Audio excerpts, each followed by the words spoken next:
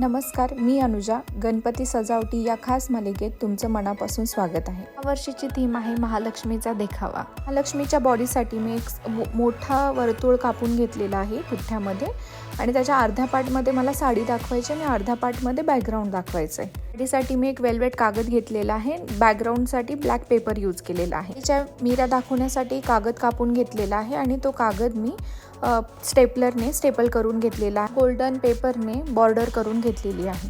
खोटा मी चिटकून घेतलेला आहे ग्लू गनने. साठी मी येलो कलरचा टेक्स्चर पेपर यूज केलेला आहे.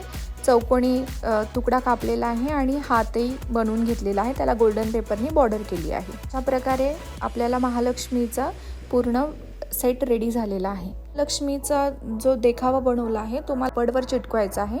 त्यासाठी आम्ही वुडनचे मोठ्या पट्ट्या यूज केलेला आहे. त्या पट्ट्यांचं एक आयताकृती फ्रेम बनवून घेतले आहे. आता त्या आणलेला आहे.